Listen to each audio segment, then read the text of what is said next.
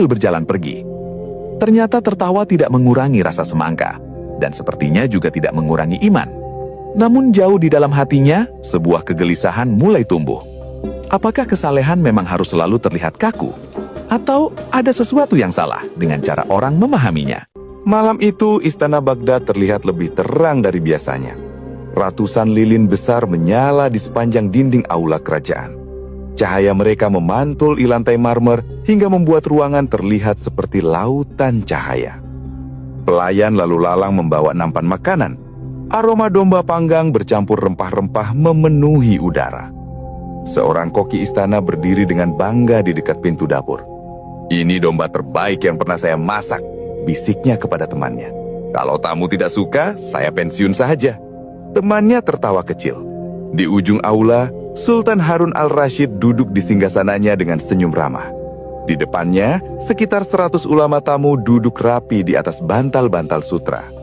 Abu Nawas duduk di sisi ruangan sambil memperhatikan suasana dengan santai. Ia mencium aroma domba panggang, lalu berbisik pada pelayan di dekatnya. "Kalau ini tidak dimakan, saya siap jadi relawan." Pelayan menahan tawa. Tak lama kemudian, Sultan mengangkat tangan. "Silahkan, tuan-tuan yang mulia, nikmatilah hidangan kami." Para pelayan segera meletakkan nampan besar di depan para ulama. Domba panggang yang masih mengepulkan asap terlihat sangat menggoda. Kulitnya kecoklatan, mengkilat oleh madu dan mentega. Namun anehnya, tidak ada satupun yang menyentuhnya. Abu Nawas menunggu beberapa detik. Lalu beberapa detik lagi, masih tidak ada yang makan. Ia menoleh ke pelayan. "Ini makan malam atau lomba menatap domba?"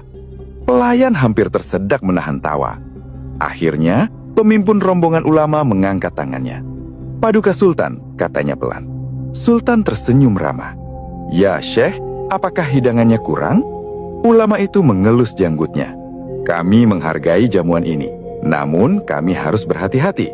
Sultan mengangguk. "Tentu, silahkan makan dengan tenang." Ulama itu menunjuk ke arah domba panggang.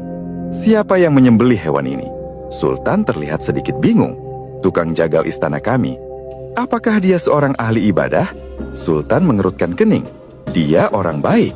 Seorang ulama lain menyela. "Apakah ia menjaga wudunya saat menyembelih?" Seorang ulama lain menambahkan. "Apakah pisaunya cukup tajam agar hewan tidak merasakan sakit?"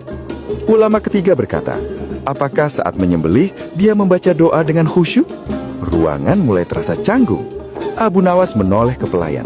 Sebentar lagi mereka juga tanya dombanya sekolah di mana. Pelayan menunduk sambil menahan tawa. Sultan mencoba tetap tenang.